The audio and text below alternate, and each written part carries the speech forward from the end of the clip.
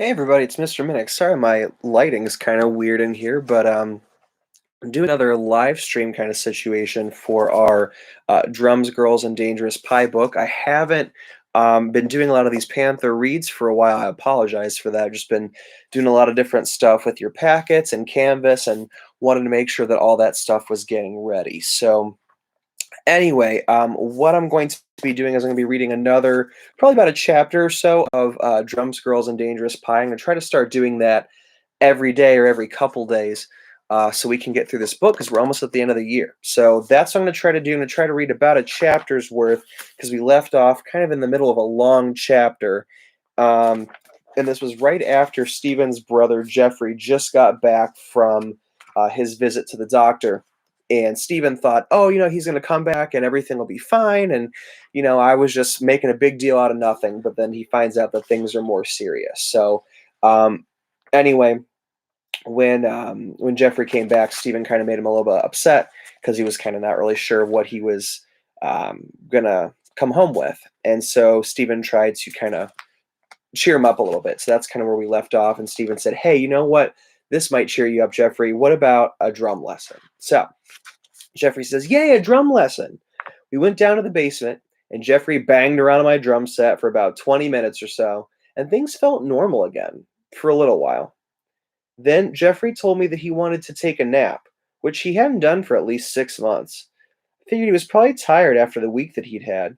So I took him up. Mom and Dad were clearly having a very intense discussion in the living room, so we just went right past them to his room. He wanted to wear his PJs, so I got him out for him. He took off the shirt and pants, which left him standing there in his Star Wars underwear.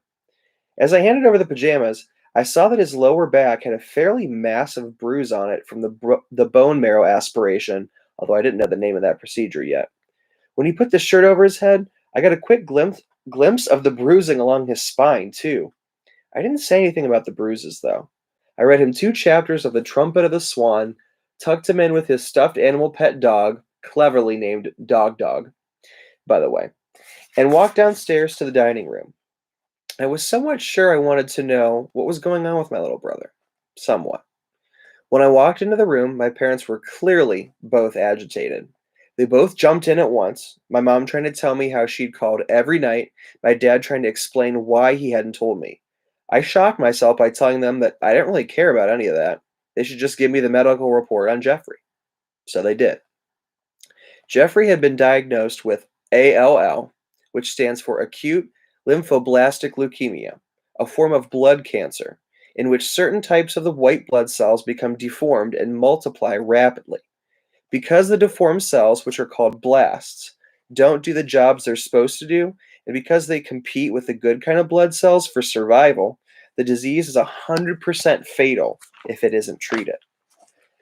The reason why his nosebleed had been so bad is because the leukemia had drastically reduced the number of platelets in Jeffrey's blood so that it wasn't clotting normally.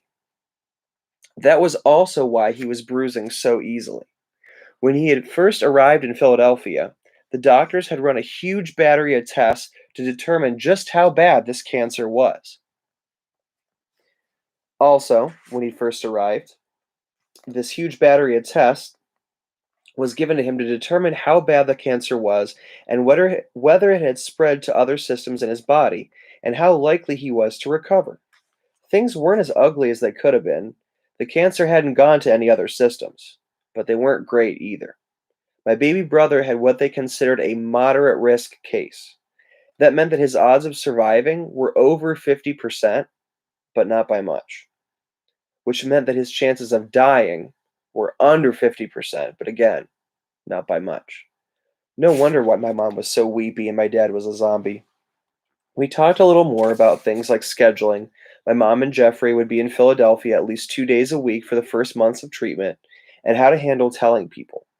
It turned out that my mom's parents already knew, and so did a lot of extended family members. The reason that no one had called the house about it yet was that my mom had asked that nobody call or visit until she and Jeffrey were home. My mom's principal knew, and so did some of her closest friends, but most of her school didn't know. I didn't know what my dad had said or not said at work, but from his general level of communication that week, I had a feeling he had probably been pretty clammed up and pretty clammed up tight with pretty much everyone. On the other hand, his coworkers would have had to have been blind and deaf to not have noticed the sudden changes in what was now passing for his personality. Jeffrey's school would have to know, of course. My mom had thought my mom had another thought too, excuse me. And what about your school, Stephen?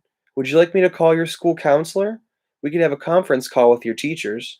Or you could just shoot me now and get it over with. Stephen, it makes perfectly sense to alert the school staff to a situation where one of the students might need some additional support. What additional support? A group hug in homeroom every morning? Maybe teachers could write you little notes in my agenda book, or how you could sign me up for a nice little counseling group? Perhaps you can make me look like a little bit more of a dork to my peers. Do you think you can get me a seat on the short bus? What has gotten into you, Stephen? I'm trying to help you here. The doctors told me that siblings of, she kind of had to swallow before she could get this next part out, cancer patients find the experience very stressful and stressful? Stressful? Why would this be stressful? Just because my mom and brother disappear for a week and nobody tells me anything, and then they come back and my brother's barfing right and left with bruises all over him, and he can't even stay awake, and his little back is all and then I busted out crying, which I'm sure was a great comfort to everyone. At least it shut me up for a while anyway. My mom put her arms around me and we cried for so long that my neck was starting to get a good crick in it. Now, normally I'm not the biggest fan of being hugged by my mother in broad daylight at this point in my teenage years, but I must say, it felt kind of nice right then. When I finally pulled away a bit, I looked at my mom and pleaded, "Please don't call my school. I'm fine, Mom." Yeah, teenage boys who are fine always cry on their mother's shoulders until they leave a nice little snot trail. Okay, Stephen, fine. For now, we won't call. So they didn't. And if any of my mom's friends told their kids, it didn't get back to me for those first few weeks.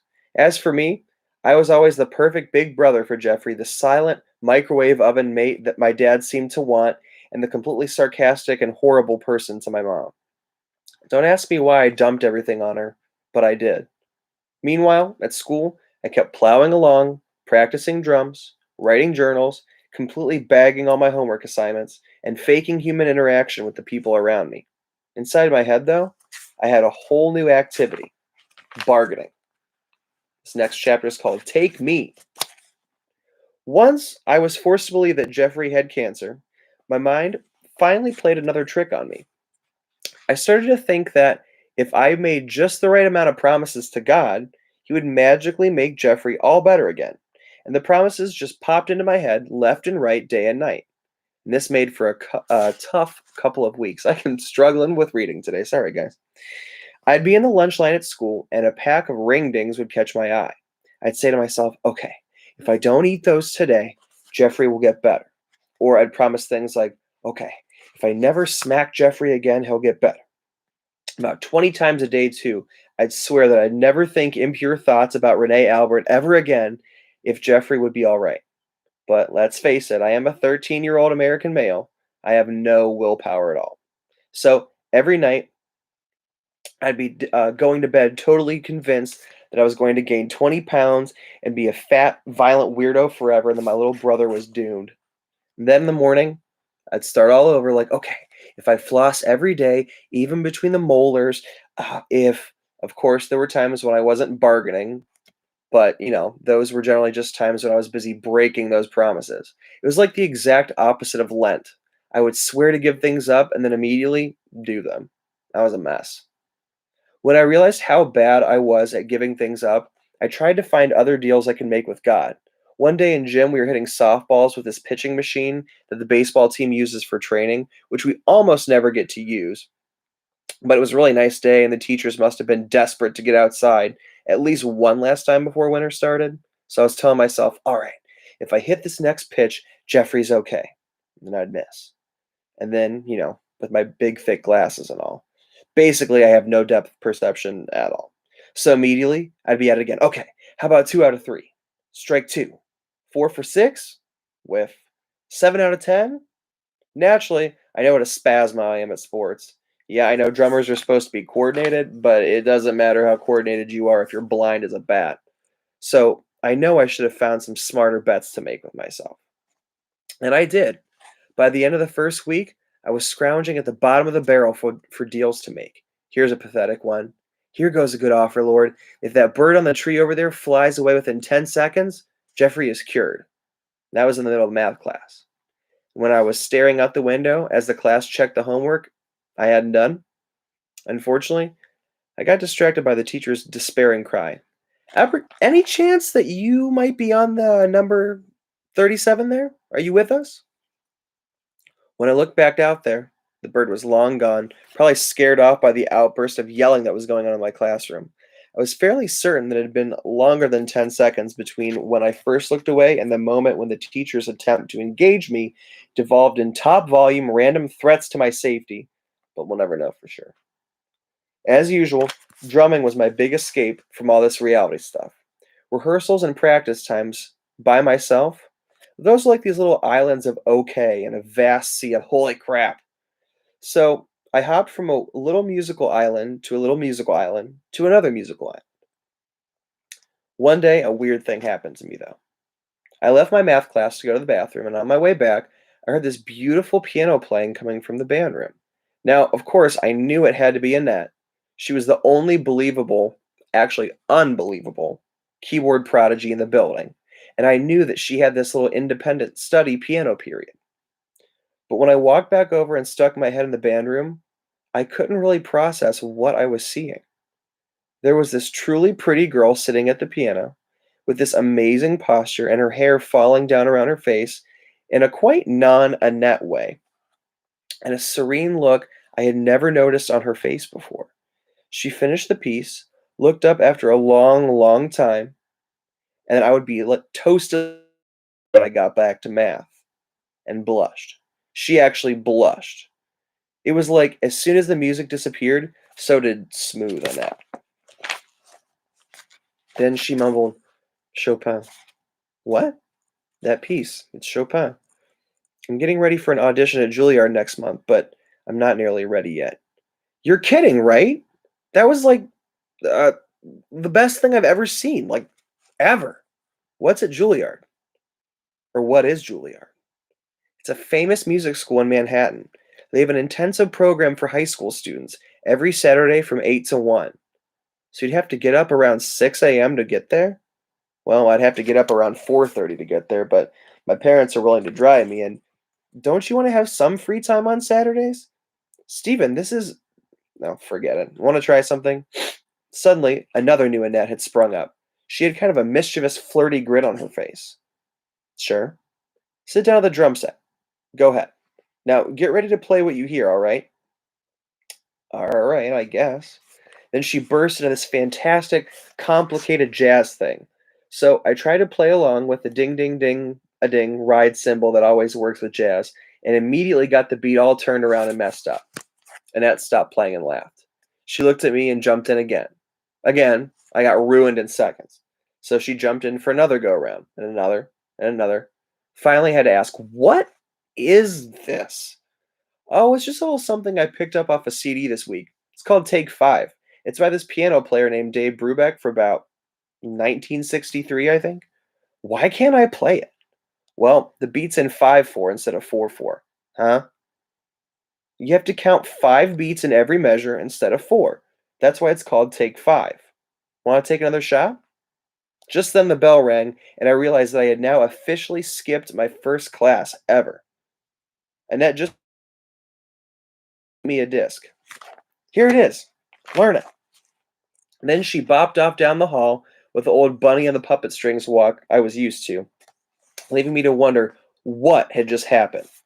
I was fairly certain that something had. And that's where we're going to stop today. So I'm going to do some more work on you guys' packet stuff. It's all on Canvas. I'm going to start making some more YouTube videos on that to explain it to you. And then hopefully my brain will remember how to read for the next Panther Read so that I don't go so choppy there. So peace out, guys, and look for more YouTube videos from me soon.